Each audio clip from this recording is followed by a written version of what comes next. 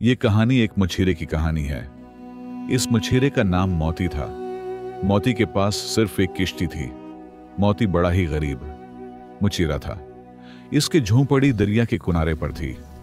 ये दरिया आगे जाकर समंदर में जा गिरता था। बहुत से समंदर शुरू हो जाता था। मछेरा मोती अपने झोंपड़ी में अकेला ही रहता था। वही बड़ा गरीब मगर बड़ा नेक और मेहनती मछेरा था। वो सुबह सुबह उठकर मुंह हाथ धोकर वजू करता, नमाज पढ़कर खुदा से दुआ करता, फिर अपनी किश्ती और जान लेकर दरिया में मछलियां पकड़ने निकल जाता। सारा दिन वो दरिया में मछलियां पकड़ता। शाम को वापस उकर मछलियों को एक टोकरे में इकट्ठी करके मंडी में ले जाता। वहां उसे जो 2-4 पैसे मिलते उसका वो उठा दाल खरीद कर अपनी झोंपड़ी में उजाता।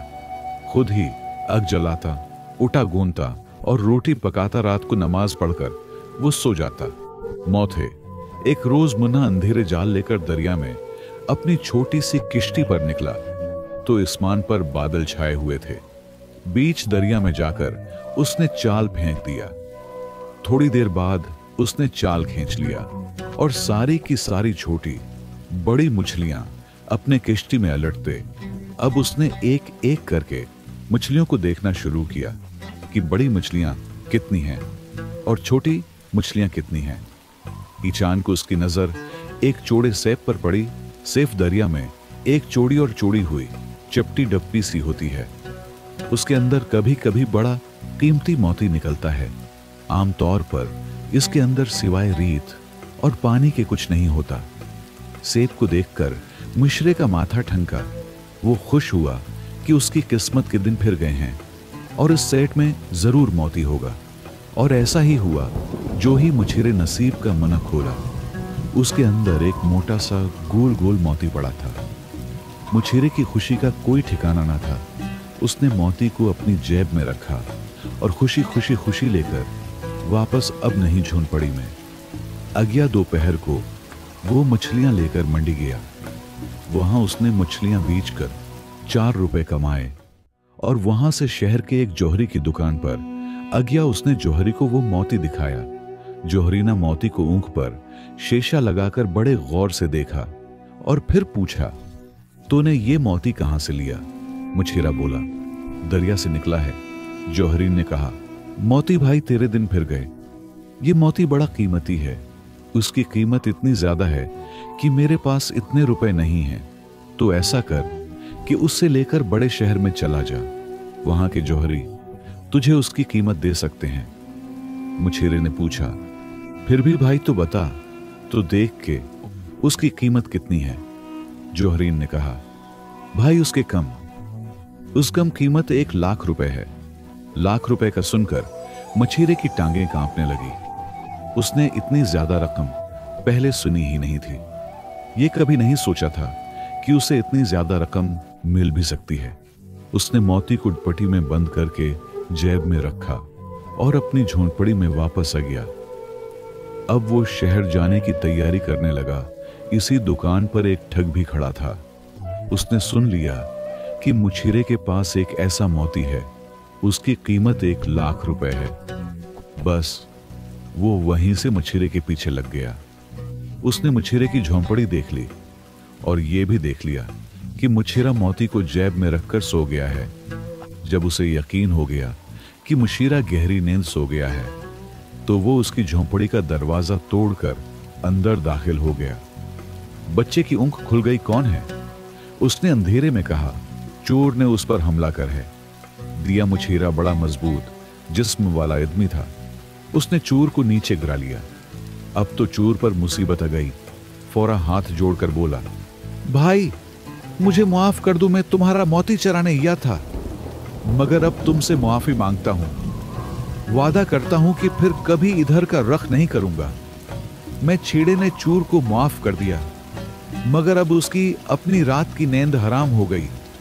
अपने कीमती मोती को उसने अच्छी तरह से अपने अंदर वाली जेब में रख लिया और सोने की कोशिश करने लगा, लेकिन अब उसकी आंखों में नींद नहीं थी।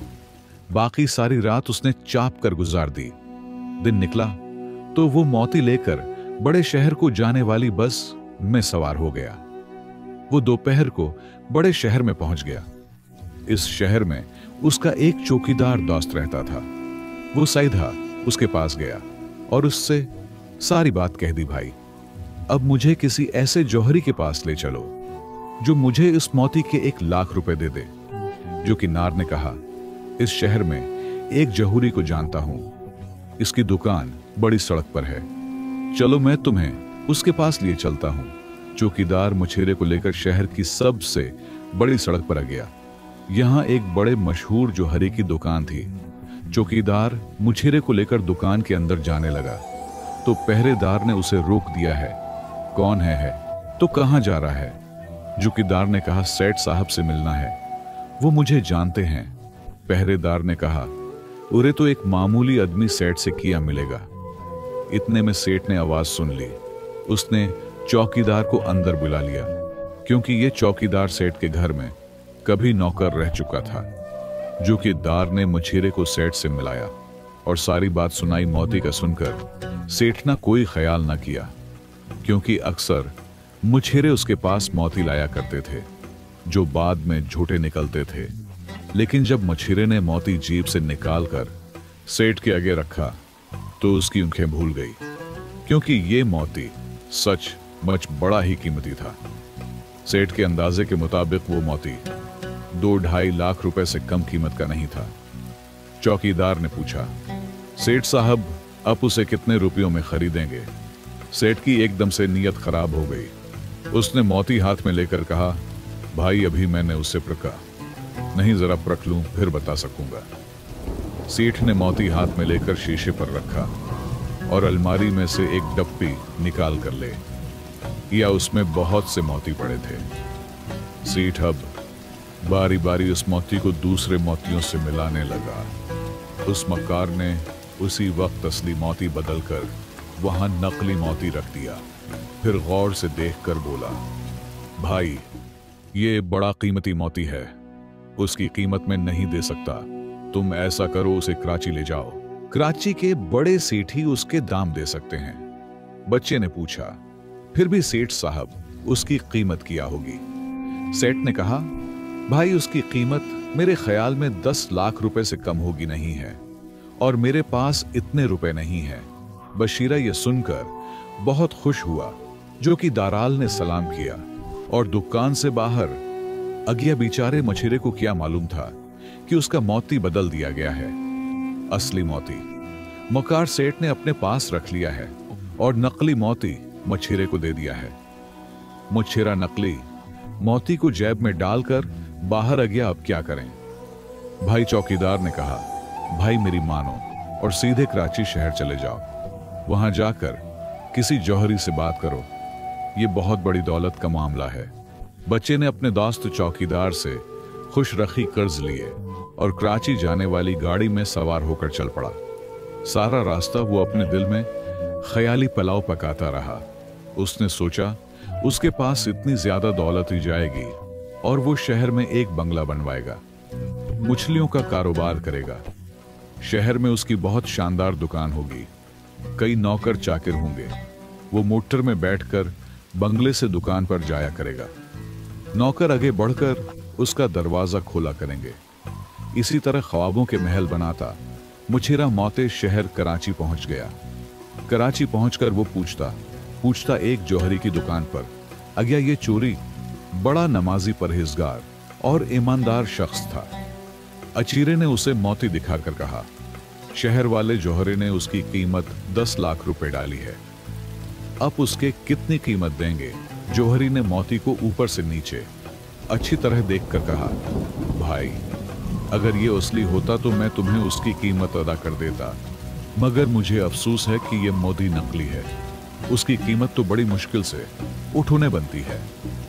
यह सुनना था कि मुछेरे को पसीना आ गया, उसके पांव तले की जमीन घिसक गई। उसने कहा, लेकिन गांव वाले जौहरी ने कहा था कि यह असली है, उसकी 1 लाख रुपए कीमत है। जौहरीन ने कहा, फिर शहर वाले जौहरी ने उसे बदल दिया होगा। मुछेरा नकली मोती लेकर कराची से वापस आ गया। उसकी आंखों में आंसू थे, उसे बड़ा सदमा था। उस शहर वाले मुकार जौहरी ने उसके साथ धोखा किया है। वो सीधा इस जौहरी की दुकान पर पहुंचा। उसने जाते ही जो हर एक को गरीबान से पकड़ लिया और खींचकर जमीन पर दे मारा। मक्कार, धोखेबाज, तूने मेरे असली मौती की जगह नकली मौती दे दिया। निकाल मेरा सलीम होती। वहां एकदम शोर मच गया। सारे लोग जमा हो गए, पुलिस वाले भी आ गए। जो हरीना कहा, देखो लोगों, ये शख्स मुझ पर इल्जाम लगाता है, वरना मैं एक अमीर आदमी हूं। मुझे क्या जरूरत थी कि मैं उससे धोखा हूं। करता ये शख्स से झूठ बोलता है। पुलिस के सिपाही ने पूछा, बिछड़े तुम्हारे पास किया, सबूत है कि तुम्हारा मौती असली था या तुम अपने मौती को पहचान सकते हो? मुछेरे ने कह दिया, हां, मैं अपना मौती पहचान लूंगा। पुलिस वाले ने सेठ से कहा, सेठ, उसे अपनी दुकान के सारे मौती दिखाओ। अगर उसने अपना मौती पहचान लिया तो उसे वो मौती मिल जाएगा। मुकार, सेठ ने कहा, मुझे मंजूर है। उसके साथ ही सेठ ने दुकान के सारे झूठे और नकली मोती लाकर मचे लेके आगे डाल दिए। लो, अब इसमें से अपना मोती पहचान लो। मचीरे ने देखा, सबके सब एक जैसे मोती हैं। उसका दिमाग परेशान हो गया, वो कोई मोती न पहचान सका।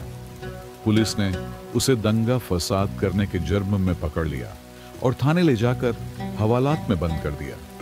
उस पर मुकदमा चला और उसे सजा मिल गई। मक्का और जोरी बड़ा खुश था कि उसने मुछीरे को धोखा देकर कीमती मोती हासिल कर लिया है। वो उसी है। रोज हवाई जहाज में बैठकर कराची शहर गया और वहां उसने मोती 10 लाख रुपए में बेच दिया, क्योंकि ये लेकर वो वापस शहर में आ गया और उसने सारा रुपया अपने नाम से बैंक में जमा करा दिया। वो बड़ा खुश था कि बैठे बैठाए उसे 10 लाख रुपये की दौलत मिल गई। लेकिन खुदा ना इंसाफ नहीं है। खुदा हमेशा इंसाफ करता है। इस मकार सेठ का एक ही बेटा था। वो एक मुस खेलते खेलते मकान की छत से नीचे गिरा और बेहोश हो गया।